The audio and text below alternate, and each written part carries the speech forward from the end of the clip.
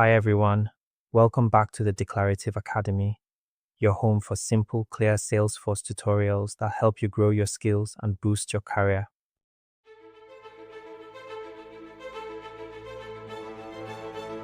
Today we're diving into a super important tool for service teams, case escalation rules. By the end of this video, you'll know exactly how to set up an escalation rule in Salesforce, helping your team stay on top of high priority cases and keep customers happy. Here's what we'll cover today: how to create a new escalation rule, how to set up rule entries and escalation actions, and how to test your escalation rule to make sure it's working. Ready? Let's get started. First things first, let's create the standard escalation rule. Start by clicking the gear icon and selecting Setup. In the quick find box, type escalation rules and click it. Then hit New, and for the rule name, type standard escalation. Make sure you check the active checkbox to activate the rule and click Save. Great job. Now we have a standard escalation rule framework. Next up, we'll build the conditions that decide when a case should escalate. Now let's create a rule entry for the product support team, so cases that sit open for more than 4 hours don't fall through the cracks. Click the standard escalation link you just created, then click New to create a rule entry.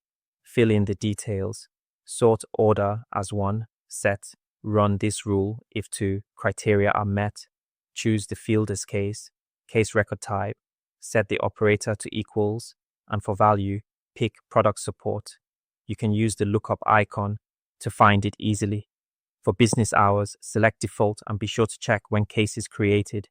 Click Save, and just like that, you've set the stage for automatic escalations. Alright, let's define what happens when a case needs to be escalated. Think of this like setting up an action plan for when cases start aging. Under Escalation Actions, click New, then fill out the form, set Age Over to 4 hours, and for Assign To, choose Queue from the pick list. Use the lookup to select Product Support Tier 2. Now, let's make sure the right people get notified. Under Notify This User, use the lookup to find Ada Balewa. For notification template, choose Support Escalated Case Notification from the unfiled public classic email templates. Also check the Notify Case Owner box. Finally, click Save. Awesome. Your escalation rule is ready to spring into action. Now let's put it to the test. To make sure everything's working correctly, we're going to create a test case. Click the App Launcher and Open Service. Go to the Cases tab and click New. Confirm that the record type is Product Support, then click Next. Fill in the case details. Set Type to Product, Case Reason to Performance, Account Name to Pyramid Construction Inc., Status to New, Case Origin to Phone, Subject to Faulty Inverter, and in the description, write that the system shut down and seems to be from a faulty inverter. For product, select inverters. Also, make sure to check the Assign using Active Assignment rule box. Click Save.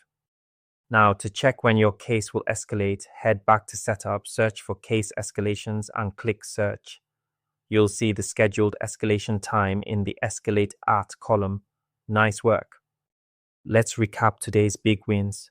While you head back to the Trailhead to verify your steps, you built a standard escalation rule from scratch, created rule entries and actions to make sure urgent cases get the attention they deserve, and tested your setup to be confident it's working correctly. And with that, you're helping your service teams stay fast, responsive, and focused on customer satisfaction.